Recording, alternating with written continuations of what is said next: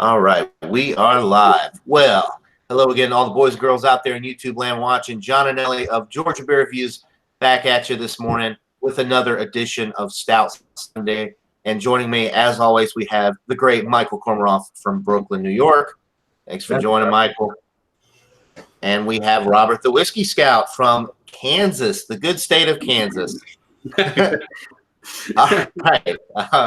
So we'll start with Michael. What beer are you bringing to the table this morning, Michael? I have an Anchor Porter, which was from 1972 when it was first brewed. It's 5.6% ABV. And as John and I were discussing earlier, it's one of the original companies in the craft beer movement with Sierra Nevada. And right.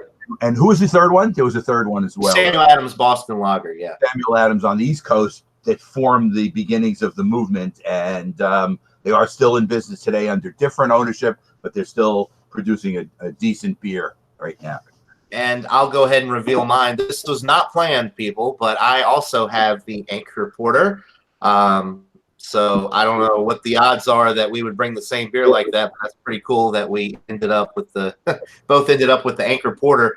And I was looking at the website, and it was first brewed in 1972, but they didn't first bottle it until 1974. So I guess people were just able to drink it, you know, on location, like on draft or whatever. They didn't bottle it until 1974. The IBUs are not disclosed on the website or anywhere, but it is 5.6 alcohol. And another interesting thing, to be over 5%, this is one of the only beers that I've ever seen. Nowhere on the label does it list the alcohol content. Usually if it's under 5%, like a lot of light beers, you know, 4 to 5%, they don't put it on there. But for 5.6%, I thought it was the law. I thought they had to put it on the label, but I guess not because it ain't on here. So anyway, Robert the Whiskey Scout, what are you drinking this morning? This morning I'm drinking, it's out of Kansas City, Missouri. It's Torn Label Brewing Company House Brew. That's what it says. And it's I have to read it every time because it's a coffee wheat stout. So 6.5% ABV, and I don't know like I said, I don't know the date on it.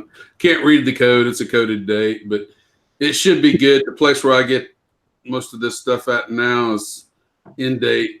There's another place I get stuff at. Sometimes I have to worry. But from Burgarts, they stay on top of it.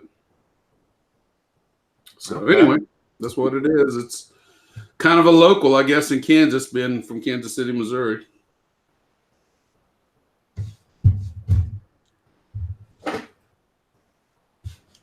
Let's go ahead and crack into these things and pour them up and get on it.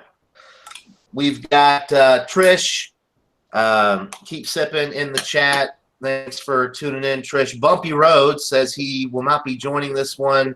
He's been having a lot of back issues. He said he couldn't get out of back this morning to make it to the store. Hope you feel better, Jesse. Jeremy's in the chat, says, dang man, hope you get well soon. Where are you at, Jeremy? Yeah. You don't have a stout. He might not have a stout this morning. And then Bumpy says he was going to give Michael crap for bringing a porter to a stout fight, but damn, guess I can't now. Yeah, we both have the Anchor Porter, but these porters, I believe, would qualify as a stout. Yeah, a porter is almost the same exact thing as a stout. Yeah, a little bit lighter bodied, some of them, but this one here looks like a stout for sure in the glass. Yeah. Yeah, a little bit lighter bodied. All right. Nikola Zazowski, I'm sorry, I probably just butchered that, says Tommy. Well, okay. Well, whatever it was deleted. Okay. All righty. So we'll go to Michael with the Anchor Porter. Okay, I gave mine, I think, a more liberal pour than John because look at my head. Yeah, the glassware too, I think. It's a different type glass and whatever, and it's more, I would say, would you say this is like a 2-finger head that came up here, I guess, or maybe a finger and a half? Beige head, kind of, I don't know, The head, it's an interesting looking beer. It's a dark brown color, and the head is really nice. And let me give it a get some of the roasted malts in the nose. That's really about all I'm getting in the nose. John, you getting anything else? I'm getting some hops. Like it smells like it's going to be pretty hoppy. There's some hops in the background of mine too, I guess. Yeah, but definitely very, dark roasted barley malt. A lot of the, roast is coming through on the aroma. Maybe a little bit of dark chocolate from that, but yeah, I'm really, really not getting much else. I'm not getting any coffee, which is kind of nice. They do have another porter. They have a coffee porter, so this one does not have coffee added to it. But sometimes you'll get coffee aromas just from the roast, but I'm not getting that with this. It smells really good. So, do you want to take sips at the same time, and I'll go first, and then you'll go? Is that how we should do it? Yeah, we'll let Robert give his aroma real quick since we just gave ours, and then we'll go back to do a combined thing. Yeah, and then we'll kind of combine our two tastings and see what we come up with. The aroma on this one's simple: coffee. It is so overriding coffee. It's maybe there is a little roasted malts like you guys are getting, a little dark roasted malts, but that's probably 10%, 90%. It's almost like, do you want a little beer in your coffee? I mean, this is just all coffee. Right. Which I've gotten with a lot of the, coffee stouts over the years. And I'm kind of getting away from those now because it's like, if I wanted to drink coffee, I would just drink coffee. Yeah. But that's not to say that's going to taste just straight up like coffee, but some of the ones I've had recently are they're too much. Right. But this one's the nose is, I mean, maybe after it warmed up a bit, we might get something else. But right now, it's just all coffee. When you read the description before, Robert, you mentioned they're saying it's Sumatra coffee, which is from Asia, and it's a strong coffee that I've heard of. It's sometimes used in brewing. I'll go ahead and read that again real quick so everybody will know. It's this coffee wheat stout is brewed with Sumatran cold brew from Thou Mayest Coffee Roasters. The wheat adds a soft silkiness, which allows the coffee to shine, resulting in a bright, balanced coffee lover stout. So that's the advertisement on it. But yeah, this is definitely, it's pretty simple on the nose anyway. Well, let's go ahead and get into it, guys. Cheers.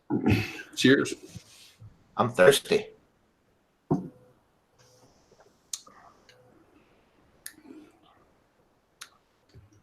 It's pretty dang tasty. John, you can go first if you want. I'll give my description after. Okay. Yeah, a lot of the dark roasted barley malt is coming into play immediately. No coffee notes, but you're getting some like dark toasted white bread. You're getting a little bit of the dark chocolate. A little bit. It's not really a char, but it's almost like the barley is so darkly roasted that it's getting to the point where it's almost burnt, but it's not unpleasant. It just, I think, adds a little bit of bitterness to the beer in addition to the hop bitterness, just because of how darkly roasted it is.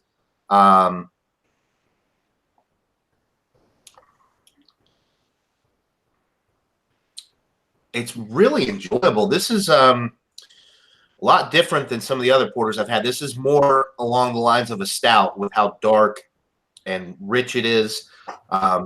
Much like the Founders Porter, dark, rich, and sexy. I mean, that's what I'm getting with this one. I think it's a little bit more bitter than the Founders on the finish, but it's very enjoyable. The body is getting close to heavy, but it's still on the medium side. Carbonation is relatively low with this. This is pretty much spot on for what you want out of a standard porter. It's well balanced between the malts and the hops. It's not too malty. It's not too bitter. It's nice and bready in the middle. I mean, this is everything I want out of a porter. And like I said, I don't know if I said it on there, but I've had the coffee porter. I've never had the Anchor porter. I thought I had, but I looked back at my channel, and then of course thinking back years ago, and it was the coffee porter, not this one. So this one I like better because it's just a well balanced beer. And Anchor, like we were talking about earlier, Anchor is one of those companies that kind of kickstarted the craft beer movement along with Samuel Adams and Sierra Nevada. So this is a classic beer that has made it all this time, especially in the crazy craft beer world that we live in. And it's still holding strong. So I'm really liking it. My first impressions are that this is a dynamite beer. So, John, Michael, what about you? I am with you. It maybe doesn't have the bells and whistles of some of the other beers, but it's a standard classic, like you say, and it's delivering on everything it's supposed to do. I'm enjoying the bitterness. It's a good combination of that bitterness with the hops and the malts together. So I'm really enjoying the combination, and it's very drinkable too. It's 5.6, so it's a little bit more than a session, but it's extremely drinkable. This could be a good starter beer for somebody who wants to try dark beer, but they have to be somebody who can handle at least minor bitterness, because there's certainly a minor bitterness in this. So it's not, maybe in some cases you're better off going with a brown ale, because those can be a little more toned down than this. I agree with you that this is more like a stout than a porter, because it's somewhere between medium, a little bit stronger than medium, but it's really not. There's nothing objectionable about it. It's really a solid beer. Yeah, absolutely. And if our good buddy Jay Terrio was here this morning, he would be very happy about this beer, because we were talking about this, I think, last week, or maybe it was off air. I'm not sure, but it seems like everything nowadays, especially when it comes to your darker beers, everything seems to be flavored with either coffee or maple syrup or vanilla bean or what have you. They're always adding stuff to beer now. This is a true representation of a porter, because there's nothing added to it. It's just the barley, water, hops, yeast. I mean, that's it. There's nothing added to this beer. So this is a true classic in that sense. So anyway, we'll keep sipping on our beers, Michael, and we'll come back around here shortly. But in the meantime, I'm interested to hear about Robert's pretty local stout there. Well, it's coffee in the morning. I mean, coffee, yeah. But there is one thing. It's not bringing the bitterness behind the coffee that sometimes you get. The wheat, I see how the wheat, what they talk about balancing, sort of, that wheat brings a softness into it. I'm still getting the roasted malts. There's a little bit of hoppiness going on. There's also a little bit of, there's what you referred to as bread, and I kind of refer to as yeast. There's a yeast factor still there that brings that sort of soft bready note. And it's especially, I especially notice it because that's the wheat that they've included in this. Kind of helps develop that. Got good lacing, and the head, it had about a 1-inch head, and it stayed around for a little while, and any activation starts to build it right back. I mean, the lacing's good. It's all around a pretty good representation for a coffee, as you said, for a coffee stout. In all honesty, but it's really kind of a little more overbearing on coffee than others I've had. So it's not very well balanced in that sense. It's definitely coffee. Yes, definitely skewing to the coffee side, but the coffee's well done. It's not some bitter bomb. Okay. So, but if you're looking for anything else, it's pretty simple, and it's hard to get past those coffee. Right. This is a one and done in the morning. This isn't something you're going to sit down, or at least not me, and drink 2 or 3. You're one a day would be plenty. Okay. All right. Well, we'll let you keep sipping on that. Let's go back to the chat real quick. I don't want to get too far behind here. Jean H. Pierre is in the chat, says, "Hey guys, good morning to you, Jean. Hope you're doing well." Ronnie S. is in the chat as well, says, "Cheers, fellas. Cheers to you, Ronnie, and happy Stout Sunday." Turtle Man, the Irishman, is in the chat, says, "Cheers, John." Cheers to you, Turtle Man. Hope you're doing well. Alex, the beer master, is in the chat. Says, good morning, John. Good morning, Michael, and everybody. Good morning to you, Alex. Thanks for tuning in. Whiskey Scout says, good morning. Alex says, good morning, Robert. Good morning, Bumpy. Everybody's talking to each other. Let's see. Jeremy says, anchor down, guys. And the Whiskey Scout says, recovering from a large amount of whiskey yesterday. Yes. Sounds interesting. Maybe some videos will be posted soon. No, that was with some friends. Oh, okay. I'm looking forward to some more taste challenges on your channel where you do the taste comparison. I've been lazy. Really lazy. Jeremy says, can't rate a beer an A if there are no banana notes in it. We'll see, Jeremy. Jeremy's asking Alex what he had for breakfast. Says he didn't have anything for breakfast. Jeremy just got done with a 5-mile walk jog. So you ready for a stout now, Jeremy? Come on. He says he enjoyed Alex's live stream the other day. Keep it up. Yeah, Alex is now doing live streams on YouTube. So everybody look out. And let's see. He says he did a live stream last night with Drunken One. Doesn't know if he's going to keep it up, but he might. All right. We're caught up on the chat. Thanks for watching, everybody. Appreciate it. So now we're going to go back to Michael Kormaroff with his Anchor Porter there. And we just lost Robert. I just noticed that. Hopefully he will be back. He'll come back. Now, if you notice, that major head now has settled back into just a little thin beige head now, but the lacing is on the side of the glass and from where it was before. And as it's warming, I'm getting the same char that you got, that kind of, but it's, I find it to be a positive thing because it's on the edge of burnt, but hasn't reached it. It's not, yeah. It kind of adds a little bit of bitterness, I think, because it's so deeply roasted. But I kind of like with dark chocolate, like you get a little bitterness from dark chocolate. It's not really super sweet like milk chocolate. It's kind of like that in that range. Like a mild char versus sometimes you get that really heavy burnt in a stout, and sometimes it can be objectionable if it goes too far. Mm-hmm. This one doesn't. This one is really nice. I'm really enjoying it. I mean, a lot. Like I said, I've had it before. It's not the first time I've ever had this, but it's bringing back memories of the past, and what a very great brewer Anchor is, that they can, you know, this is a beer from many years ago, and it's still classic. I mean, classic today in 2019. Yeah, and I'm really glad that I finally am trying it now. It's been, I don't know, it's everywhere. So anybody out there that wants to try it, I mean, it's nationwide distribution as far as I'm aware. They've been around for so long. I'm pretty sure every store that sells any type of craft beer is going to have Anchor. So our food co-op has the section which has like always 2 or 3 different Anchor things. It doesn't always have the porter, but it does sometimes. It has their regular steam beer, you know, their standard flagship all the time. And then they have some other stuff that they make as well. But when I saw this, I decided I had to have one. Yeah, and I picked up a 6-pack, and I got it on sale for $8.99. I was very happy with that price because I'm pretty sure it's either $9.99 or $10.99 normally. I think it's usually a little bit more than that, but that's a very good price.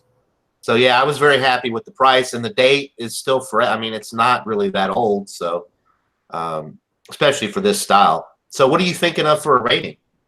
I'm going to give it a 96, which is 96. Okay, on the edge of world class. It's I mean, you almost would say it's world class, except that maybe with all the different beers that we try, I don't go into that upper echelon very easily. Maybe it's the way I rate.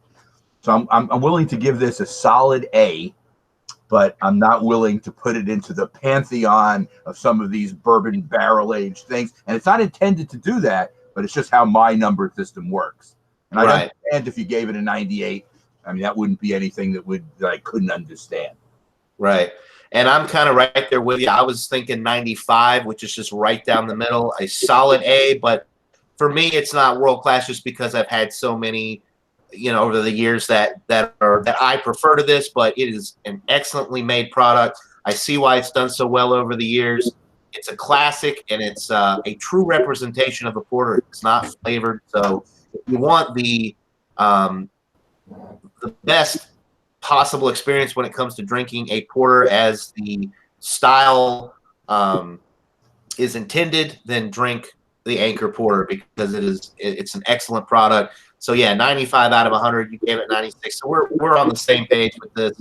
An excellent product, highly recommended. So go out and check it out if you haven't already. So Robert, the Whiskey Scout, what are you thinking for rating on your stout? Even as it's warmed up, it's pretty much stayed the same. I don't really get much of a difference in the flavor change. To me, it's a B plus. I want to say an 88 because it's too skewed to the coffee side. There's a lot of coffee stouts out there that I think are a lot better than this one. This one's not a bad one. It's not a horrible beer. I mean, a stout at all. But it's just not memorable in a lot of ways, other than you're just getting this overwhelming amount of coffee. And to me, I would like to have a little more than that for myself personally. So I think an 88 a B plus, which is still a good score. I mean, that's still a very drinkable. There's nothing wrong with drinking it. It's not something I don't think most people will ever sit down and drink a whole bunch of. Just one's good. You know, if you had a 6-pack, it'll probably last you 6 days, or if not more. So it's something you might not seek out, but it's something if you were at a party and somebody offered you one, you would drink it. Exactly. That's a great way of putting it, Michael. But I mean, I can't find, other than it's just so skewed to the coffee side, that kind of creates an imbalance. It's a little bit of a detractor for me. But anyway, I think 88 is a good score for it. And yeah, I would drink it again. If I probably wouldn't pay for it, but if somebody offered it to me, I would have no qualms at all about drinking another one. Right. Okay. And I'm assuming the distribution of that is probably just pretty local. I have no clue. I just seen it at the liquor store. Thought it looked interesting because of the orange can. Right. Yeah, that's orange and yellow can. And you think with an orange can, you're getting into a New England IPA or something like that, or a triple, IPA. It's eye catching. It's advertising. When you walk in there and you see the orange can, you're going, "What is that?" Right. And you read a little bit on it. So, well, that'll fit in for Stout Sunday. Let's buy it, give it a spin. All right. Let's go back to the chat real quick. We've got Jeremy says, Alex, the internet will never be the same.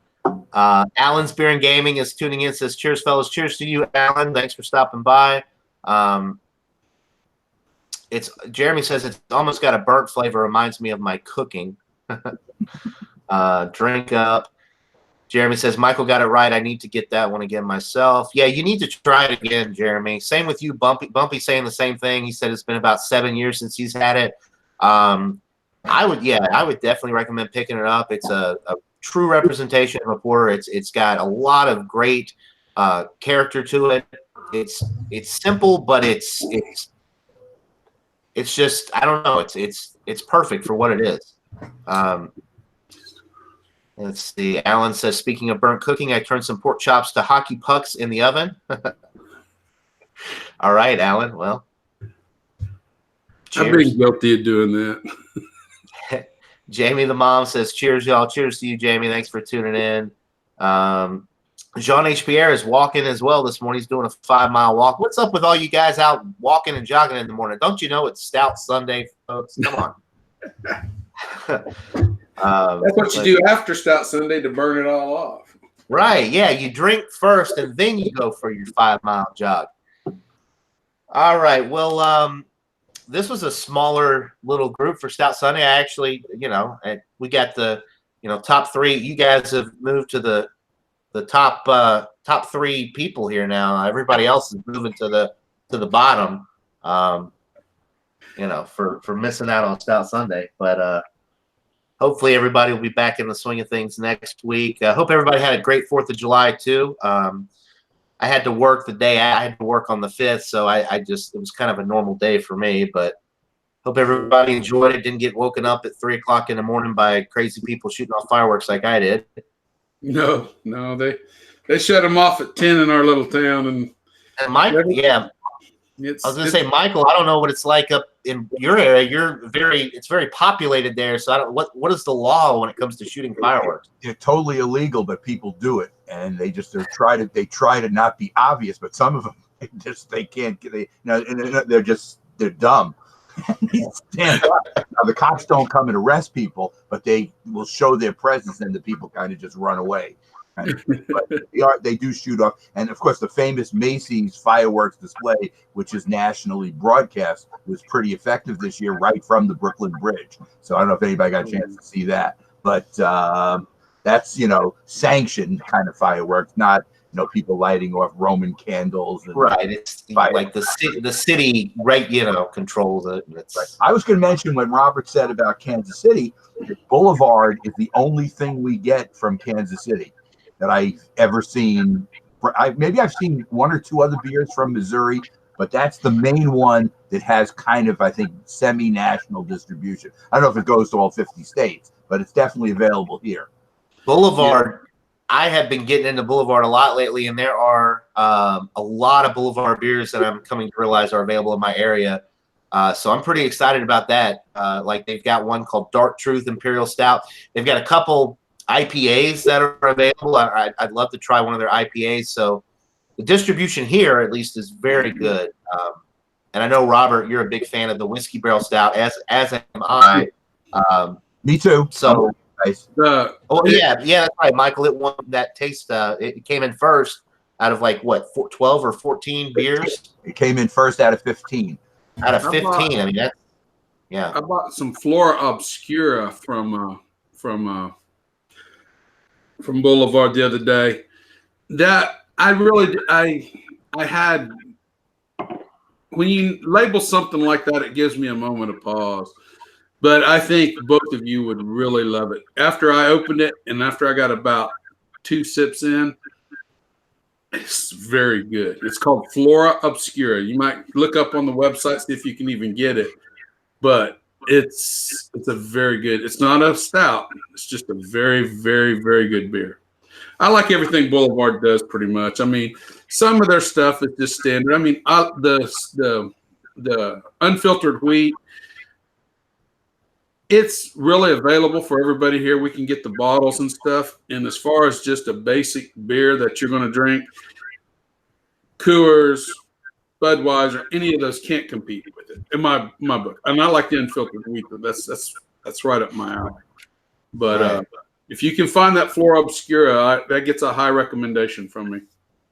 Okay, what style of beer is it considered? Just like a? I'm really not sure. I'd have to go up and get a bottle right now and look at it. It's not an IPA, is it? Like a super hoppy beer, or? Well, I'd have to let me get off for a minute, and I'll go fetch it. Let's say I could try to look it up real quick. I was going to ask you, John, can you get any Schlafly beers from St. Louis? Have you ever seen Schlafly? Schlafly. The L is in front of the A, so Schlafly. Have you ever seen anything from them? No, I don't think so.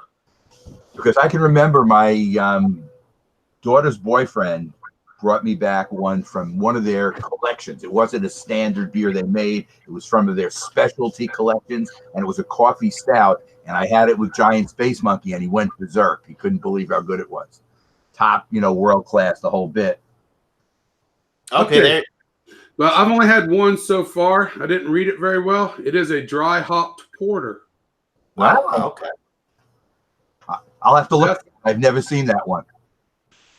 Tell you the truth, I've seen it before, but I always kind of passed over it because I think of floral notes in whiskey. A lot of them I do not care for them.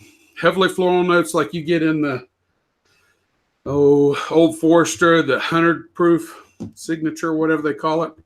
God, it's awful to me. I mean, there's guys that like it, that just send me all these that see my review and go, "What's wrong with you?" But I don't like those heavily floral notes in it. this case, it's really not so much a floral note. But it's extremely good if you guys can get that. The Cobb always has some Boulevard. I'll look to see if they have that. I've never seen it though. I will look. I'll definitely look for it. And I get it into with my wife because I'm shopping at the Cobb, and she says, "Aren't you helping me shop for food?" I said, "No, I'm just shopping here."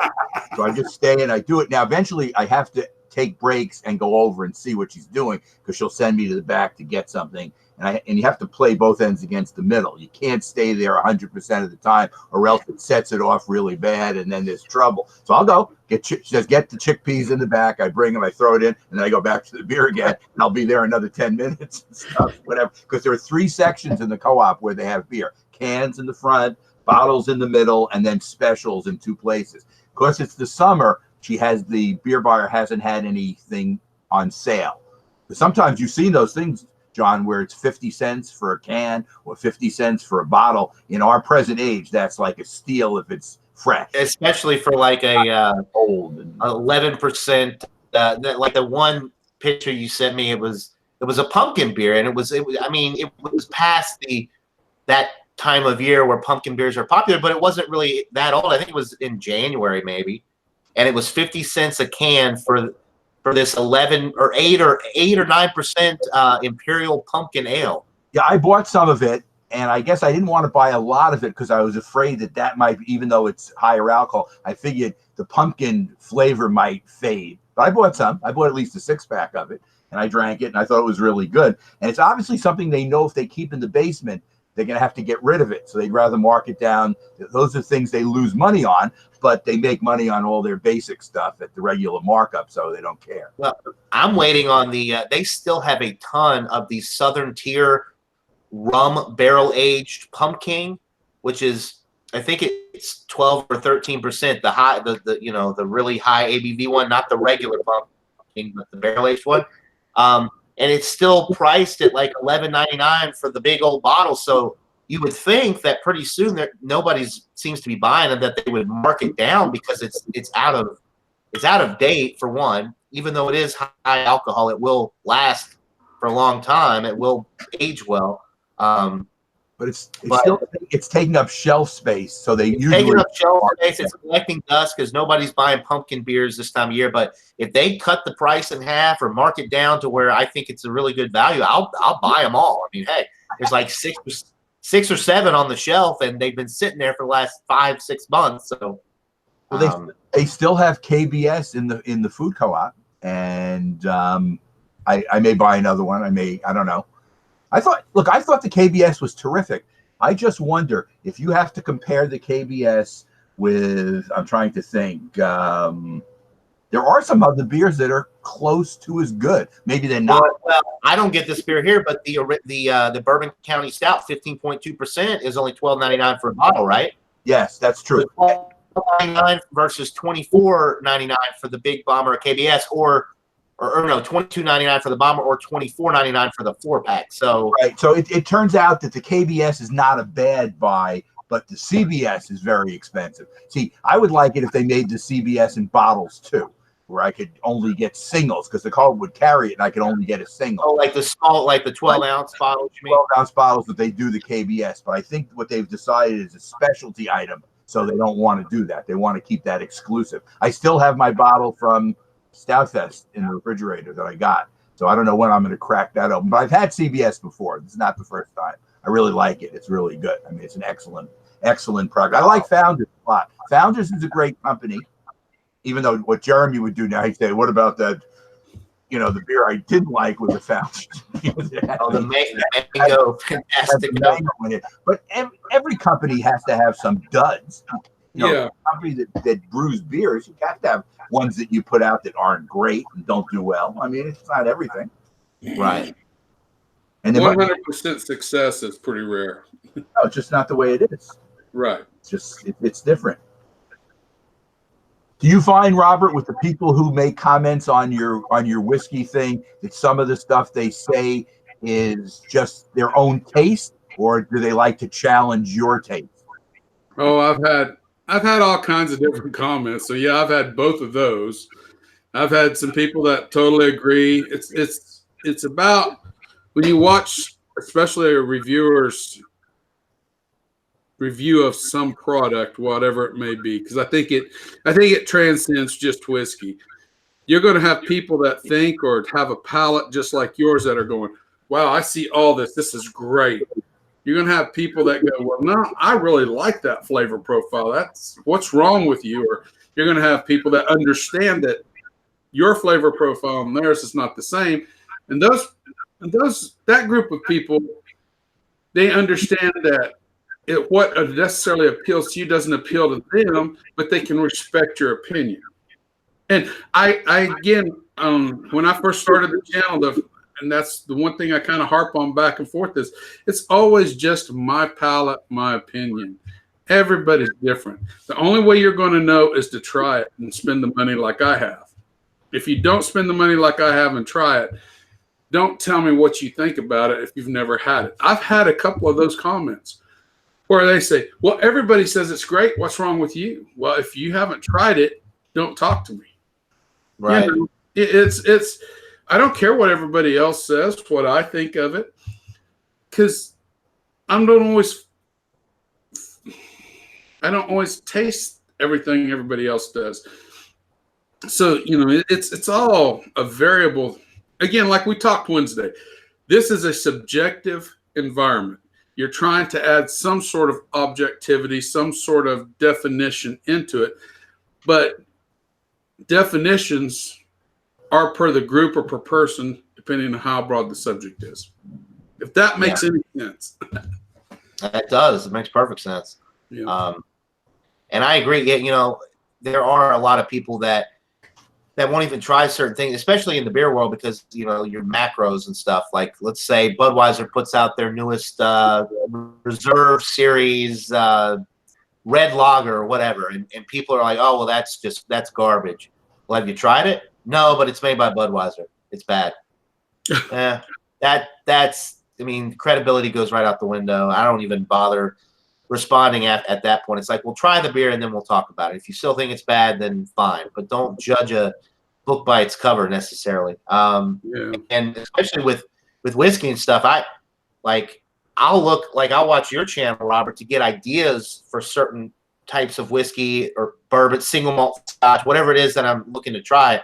But I haven't had most of the stuff that you've reviewed on your channel, because you just have, your collection is just out of this world, really. I mean, I have like 5 bottles in the other room. I mean, you know, and you have probably 500 bottles. So, I mean, it's a big. You see his depository in the background on the side. Yeah, I mean, he's got a heck of a collection there. And I'm getting to the point where I've tried a lot of different beers over the years. I mean, and people are like, you know, I've had my channel for a year, but I've been drinking craft beer, trying new stuff for probably the last 10 years. So I've got a pretty good understanding of I think anyway, of what makes a good beer within a style, you know, a certain style or whatever. But then again, it's all subjective. It's still all my opinion. It doesn't mean that I'm right or wrong, but it's nice to be able to talk to other people that have had the beers that I've had and be able to have a what is it, a conversation about it. A back and forth with somebody on that type of thing, because everybody's different. Everybody's palate is different. I watched Ron. I still enjoy watching Ron do all the inexpensive whiskeys, but there's going to come a day when Ron's going to finally make that jump to the next level. And when when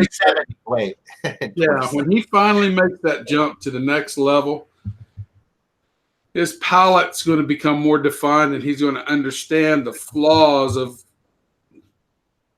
the inexpensive whiskeys Ron tries. And I understand there's a large part of that has to do with budgets and amount of money spent, because there are times when I look at my own collection and I go, my God, I could have bought a car. You know, when you think of it in those terms, it's like, wow. You know?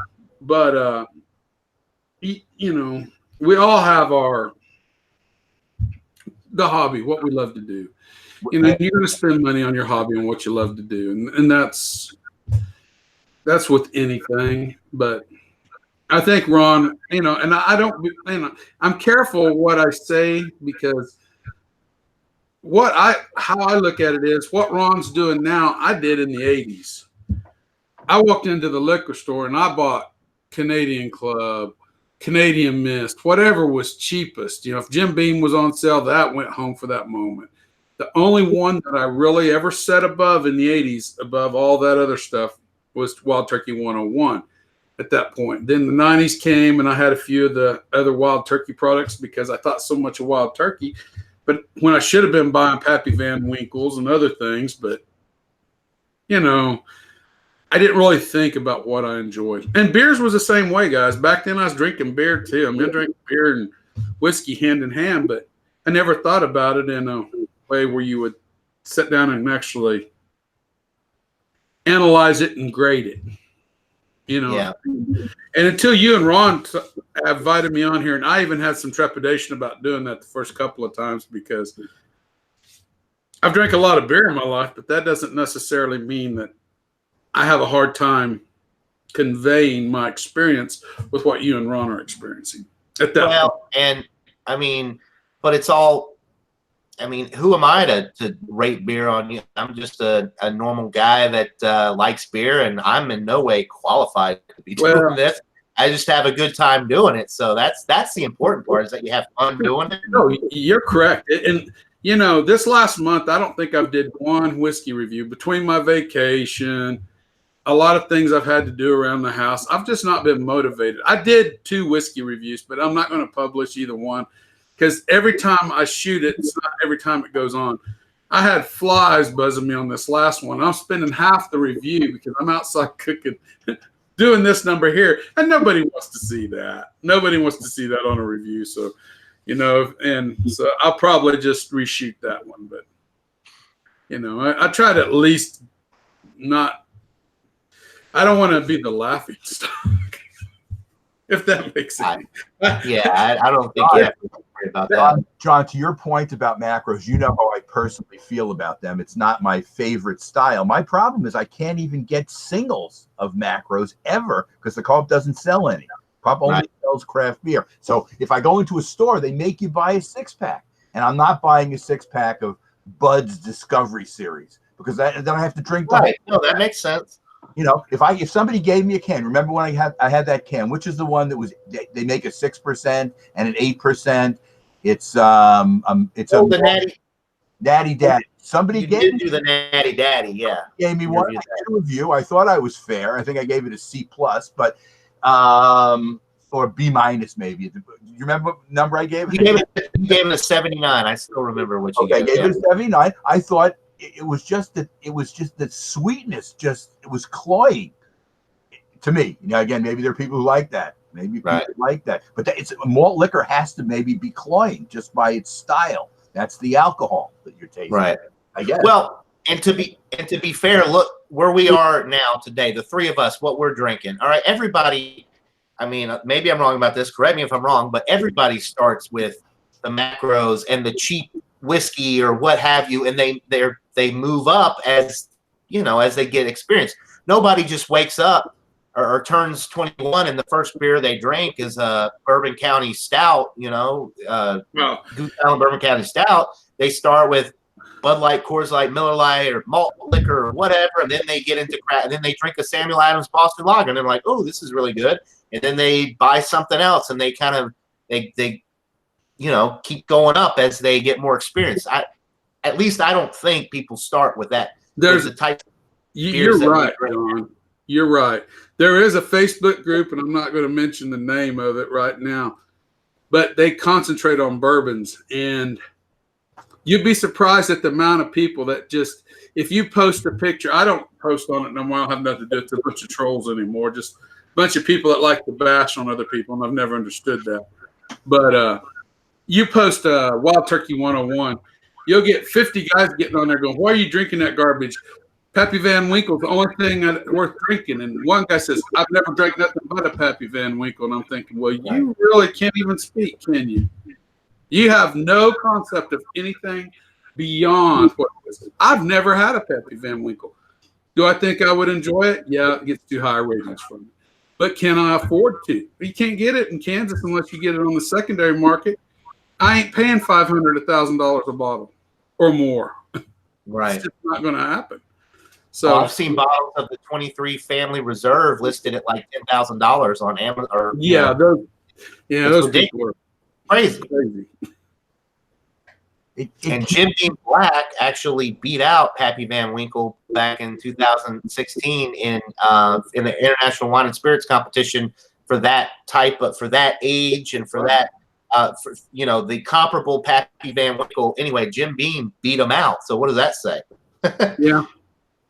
So imagine spending $10,000 on a bottle of some Pappy, and then you could buy the Jim Beam Black extra aged or the distiller's cut, which is even better, for like $25 or less.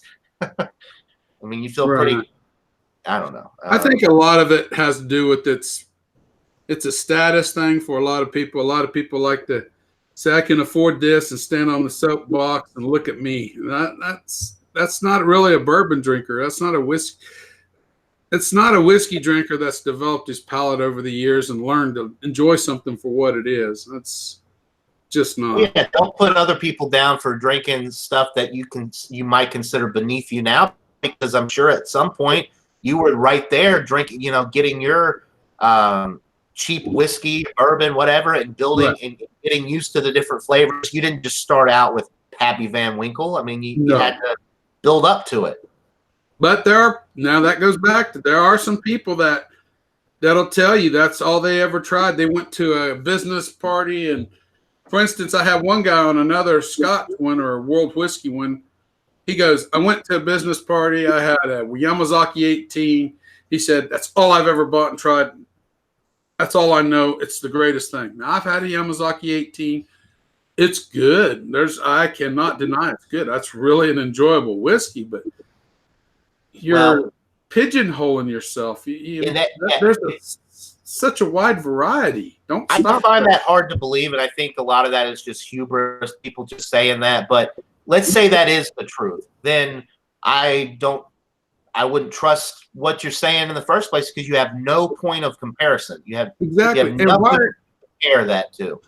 So how can you say it's the best thing ever? I'm never going to drink anything else if you haven't had anything else. So you don't really know what's good and what's not good.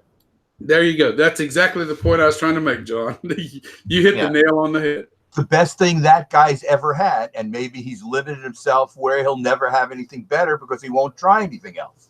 Right.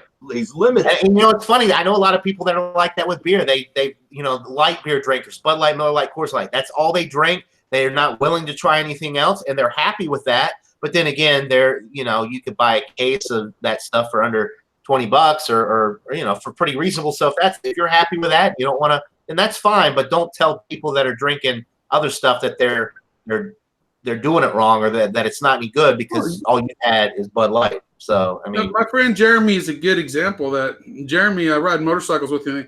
I call him Bud Light just because he drinks so much Bud Light.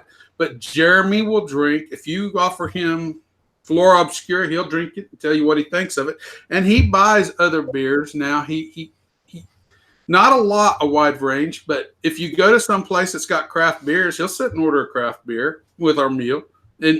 But when you get back on the motorcycle and you're going to buy a beer for the campground that evening, every time he buys a beer, it's a 6 or 12 of Bud Light. We roll in the campground, throw up the tents, and that's the first thing out of the cooler. I mean, so he's